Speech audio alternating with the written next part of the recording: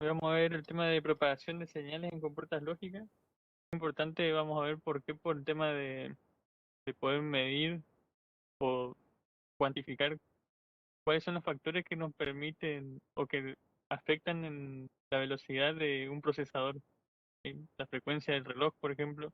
Todas esas cuestiones las vamos a poder entender con otras clases también, pero a partir de esta vamos a poder empezar a entender esas cosas.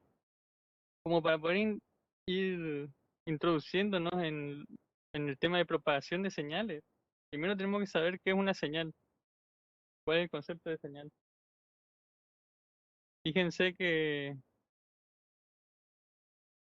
hablamos en con lo que es lo cotidiano nuestro, ¿no? Un cartel, ¿sí? Un cartel que uno ve en algún lugar nos da una señal, ¿sí? Cuando uno habla está emitiendo señales, ¿sí? Ondas sonoras, las ondas de radiofrecuencia, ¿sí? Que transmiten las ondas de radio, también son señales, ¿sí? Entonces, en definitiva, una señal siempre tiene un objetivo de comunicar cierta información, ¿sí? Puede hacerlo bien o mal, ¿sí? Puede haber ruido en una señal, pero siempre va a estar asociado a tener ese objetivo de comunicar información, ¿sí? Ya sea un cartel, ya sea lo que nosotros hablamos, ya sea la radio o un video, siempre va a haber esa intención de comunicar, ¿sí? Y hay distintos tipos de señales. Uno podría clasificar las señales en analógicas y digitales. Una señal analógica generalmente tiene ciertas características, se comporta como algo continuo en el tiempo, ¿sí? Por ejemplo, bueno, el sonido es una señal analógica, ¿sí? Fíjense que uno puede representar una señal como una función en el tiempo. No sé si ustedes están viendo en cálculo funciones, ya están en funciones. Bueno, acá en vez de representar algo como y X, sí, ejes X y Y, uno tiene amplitud y tiene tiempo como variables. ¿Sí? En el eje de ordenadas está la amplitud y en el eje de abscisa está el tiempo. Y cómo transcurre la señal, uno puede ir graficándola como una función en el tiempo. Eso es básicamente una forma de describir una señal tanto analógica como digital. Ahora vamos a ver después la diferencia con las digitales.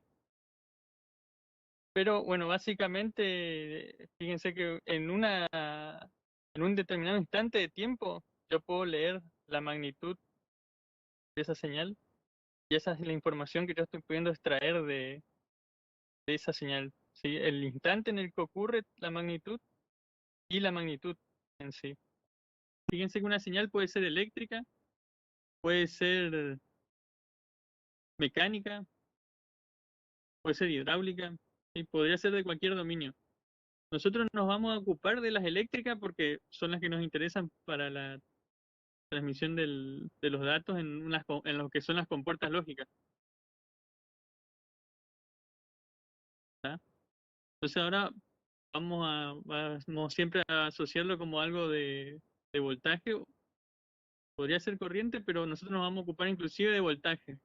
Fíjense que acá es lo que les comentaba recién, podría expresar cualquier cantidad física, y esto es una propiedad de las señales analógicas, que uno podría expresar cualquier cantidad física en forma directa, ¿sí? O sea, yo leo o evalúo la señal en el tiempo y inmediatamente, instantáneamente, yo sé su amplitud, su magnitud, su intensidad, ¿sí? Lo que sea que uno esté evaluando, ¿sí? Si fuese un voltaje, sabría el voltaje en ese instante de tiempo. La cantidad física que se esté evaluando en ese instante, ¿sí? Si es presión, va a ser presión en ese instante, ¿sí? Por ejemplo, una onda sonora, uno podría asociarla a una diferencia de presión. En ese caso sí es diferencia porque estamos hablando de onda sonora, pero, pero se entiende que es asociado a la cantidad física que estemos evaluando. Acá un poco para diferenciar lo que es una señal analógica de una digital. Fíjense que una digital expresa ya cantidades en lo que es nuestro sistema binario, ¿sí? En ceros y unos, y ya son cantidades codificadas, ¿sí? O sea, uno ya acá necesita distintas señales para inclusive representar una magnitud, ¿sí? Por ejemplo, A0, A1 y AN serían los bits de una determinada magnitud que estamos queriendo representar o de una determinada cantidad que queremos representar. Y en este instante de tiempo, donde todos valen cero, podríamos decir, bueno, la señal en ese tiempo se está comunicando que vale un cero, ¿sí? Que lo que es la cantidad que queremos medir es cero. Y en otros instantes, fíjense que tienen valores distintos que van a estar dados por lo que representarían la magnitud de una determinada señal. Y las señales periódicas tienen una particularidad, que se repiten en el tiempo y uno ve un patrón en el tiempo de esa señal y esa señal siempre tiene la misma forma, tiene el mismo patrón y esto es lo que uno dice una forma de onda, por ejemplo, una forma de onda cuadrada que se repite en el tiempo es una señal periódica. Y tiene una amplitud A, igual que las señales que habíamos visto antes, la analógica, tiene un periodo T, ¿sí? Que es el periodo se mide desde el instante en que comienza una parte de la señal hasta el instante que se repite esa misma parte. ¿Sí? Fíjense que este flanco que pasa de positivo a negativo se repite de vuelta acá y entonces entre los dos tiempos en que se repite, ¿sí? O en el tiempo que se repite esa forma de onda, yo tengo un periodo de esa señal. ¿Sí? Y lo mismo para lo que es un ciclo. ¿Sí? Es el ciclo de una señal, es su repetición. ¿Cuánto se repite en un determinado, en una determinada cantidad de tiempo? ¿Sí? No sabemos todavía en qué cantidad de tiempo, pero un ciclo sería una repetición de la señal. Y la frecuencia de la señal, que es un parámetro de esa forma de onda periódica, es la inversa de lo que es el periodo. ¿Sí? Y es, por ejemplo, cuántos ciclos ocurren en un segundo. ¿Sí? ¿Cuántos ciclos por segundo uno tiene? Tendría eso como una cantidad de frecuencia. Y se mide en hertz. Para no andar diciendo ciclos por segundo, uno dice hertz o hercios. También posibilidad de decir hercio, pero hertz por ahí es lo más común, ¿no? Entonces pueden usar hertz cada vez que hablan de frecuencia y tiempo, ¿sí? Ya sea segundos, minutos, horas, ¿sí? Para hablar de lo que sería un periodo o el periodo de la señal. Vamos a empezar a ver un poco en nuestras compuertas y cómo asociamos estos términos de señal. Fíjense, por ejemplo, minimizar un poco, una compuerta NOT, ¿sí? Cuando nosotros le ponemos un valor 1, ¿sí? Pasamos, por ejemplo, de 0 a 1, en un sistema ideal o un mundo ideal, podríamos pensar, la salida de esa compuerta va a pasar de 1 a 0 en forma instantánea, ¿sí? Sin ningún atraso, vamos a decir, desde lo que es desde la entrada hasta la salida. ¿Sí? Instantáneamente cambia de valor. ¿Sí? Esto es muy lindo para analizar el funcionamiento lógico de los circuitos, pero cuando nosotros necesitamos analizar algunas cuestiones como por ejemplo la velocidad de un determinado circuito, este mundo ideal ya no nos sirve. ¿Sí? Tenemos que pensar un poco más en qué pasa realmente desde el punto de vista físico con esa compuerta y ahí ver cuál va a ser el atraso que hay desde que uno pone un cambio en la entrada hasta que uno ve el resultado de ese cambio en la salida. Entonces, para eso Vamos a ver un poco la física, pero antes acá yo les muestro, fíjense cómo se vería en la realidad un cambio de entrada, en este caso de 0 a 1, y cómo yo veo la salida un instante de tiempo después, inclusive con una cierta transición de 0 a 1, y para la salida la transición de 1 a 0. Y el tiempo que desde que yo comienzo a ver el cambio en la entrada hasta que veo el cambio en la salida, se le denomina como retardo de propagación de la señal.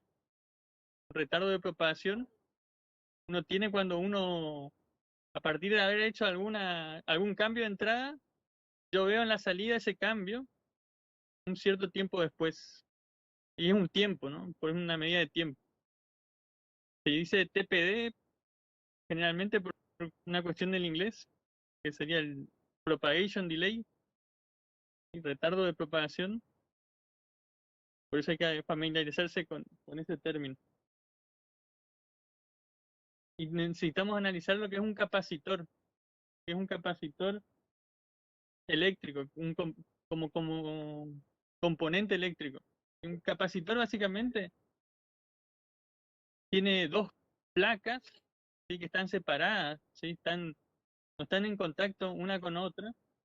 Y si yo le aplico una tensión eléctrica, esa placa se polariza, y se polariza un lado con el positivo, el otro con el negativo, y almacena entre las placas una cierta cantidad de energía